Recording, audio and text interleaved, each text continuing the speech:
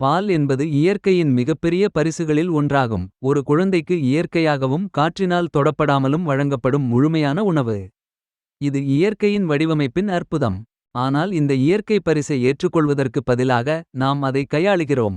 நாம் அதை பாத்திரங்களில் சேமித்து வைக்கிறோம், மீண்டும் மீண்டும் சூடாக்குகிறோம், ஐஸ்கிரீம் தயாரிக்க உறைய வைக்கிறோம். இந்த செயல்பாட்டில் நாம் கணிசமான அளவு ஆற்றலை வீணாக்குகிறோம்.